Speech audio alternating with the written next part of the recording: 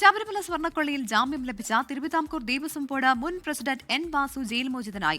Remand കാലാവധി 90 ദിവസം പിന്നിട്ടതിനാൽ കൊല്ലം vigilance കോടതിയാണ് ഇന്ന് ജാമ്യം അനുവദിച്ചത്.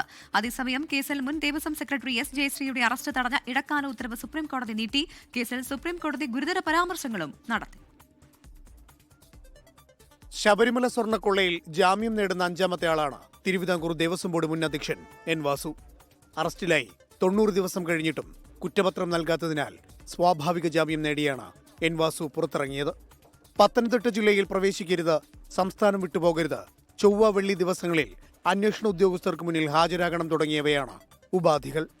മുൻ തിരുവാഭരണം കമ്മീഷണർ കെ എസ് ബൈജുവിന്റെ ജാമ്യഹർജിയിൽ കൊല്ലം വിജിലൻസ് കോടതിയിൽ വാദം പൂർത്തിയായി. ഹർജിയിൽ കോടതി നാളെ വിധി പറയും. Smart creations CEO Pankaj Bhandari, സ്വർണ്ണ വ്യാപാരി ഗോവർദ്ധൻ എന്നിവരുടെ റിമാൻഡ് 14 ദിവസത്തേക്ക് കൂടി നീട്ടി. അതേസമയം തിരുവിതാംകൂർ ദേവസ്വം ബോർഡ് മുൻ സെക്രട്ടറി എസ് ജയശ്രീക്ക് സുപ്രീം കോടതിയിൽ നിന്ന് താത്കാലിക ആശ്വാസം. അറസ്റ്റ് തടഞ്ഞ ഇടക്കാല ഉത്തരവ് സുപ്രീം കോടതി നീട്ടി നൽകി. ശബരിമലയിലെ മൊത്തം സ്വർണം കൊള്ളയടിച്ചല്ലോ എന്നും കൊടിമരത്തിൽ നിന്നടക്കം സ്വർണം പോയ വാർത്ത കണ്ടെന്നും സുപ്രീം കോടതി വാക്കാൽ പരാമർശം നടത്തി.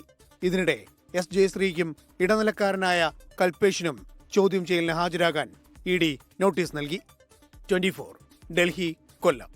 ലോകത്തെവിടെയായാലും ഏത് സമയത്തും 24 വാർത്തകളും ഓഗ്മെന്റഡ് റിയാലിറ്റി പാക്കേജുകളും എക്സ്പ്ലെയിനറുകളും വിശദമായി കാണാൻ ഞങ്ങളുടെ യൂട്യൂബ് ചാനൽ നിങ്ങൾക്ക് സബ്സ്ക്രൈബ് ചെയ്യാം.